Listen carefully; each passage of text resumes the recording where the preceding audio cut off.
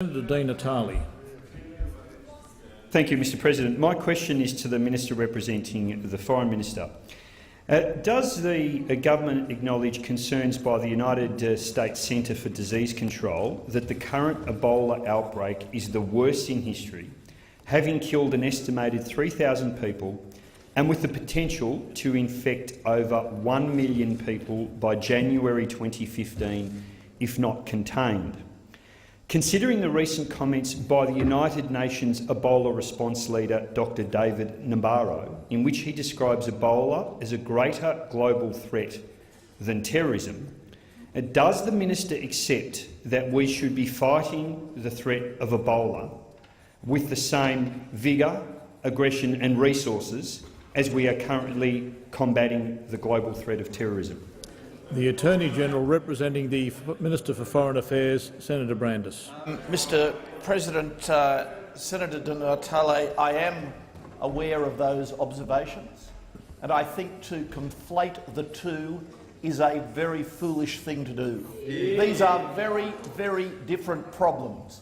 Of course, they are very grave problems, but to conflate or to equate or to suggest an equivalence between these problems is a fool's errand.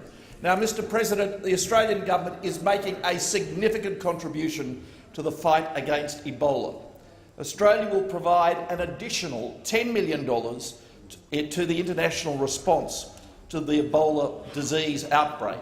This will bring Australia's total contribution to the Ebola response to $18 million. That is in addition to the $40 million Australia provides to the World Health Organization each year to support its global health activities. And as I'm sure, Senator Di Natale, you know, the World Health Organization prioritises its expenditure and has placed the fight against Ebola at the top of its priorities.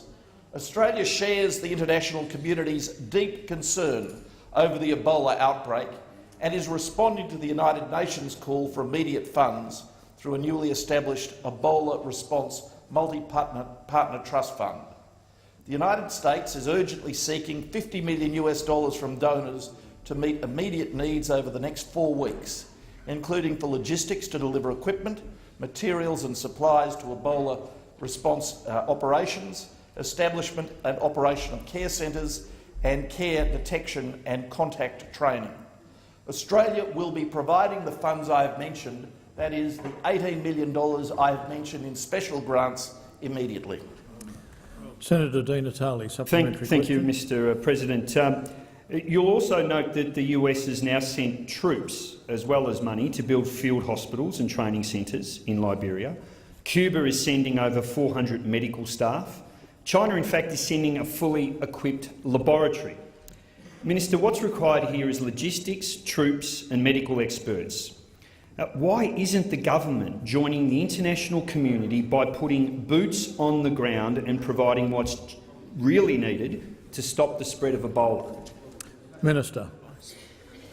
Senator Di Natale, what is needed is resources.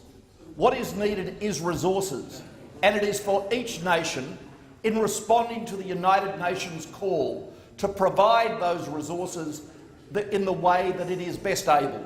Australia has assessed that the best way that Australia can provide resources is by providing funding, hence our decision to make available an additional $18 million on top of our contribution to the World Health Organization and to make it available immediately. Australia does not have the same capabilities as the United States. Australia does not have the same capabilities as other nations, but what we do have is the capacity to provide funding to support those capabilities. That is a judgment that the government has made on the basis of the best advice available to it, including from medical professionals, and it's advice we intend to follow so that we can make our contribution to this effort. Senator Di Natale, final supplementary question. President, it's important to note that MSF have rejected Australia's pledge of money because they don't have the capacity to put further medical professionals in the field. They don't want money, they need people, they need logistics. Do you concede that MSF have the relevant expertise to determine the most effective means in which to confront the epidemic and to make a significant difference in managing and fighting Ebola, which will save thousands and possibly millions of lives? Minister. Well, Senator Di Natale, what I concede and what I assert is that Australia should make its contribution, and we have. We have by providing $18 million. And I can tell you something else, Senator Di Natale. Australia will not put Australian citizens at risk in circumstances in which we do not have the capacity to medevac out of West Africa Australians who might contract the Ebola virus. And we don't.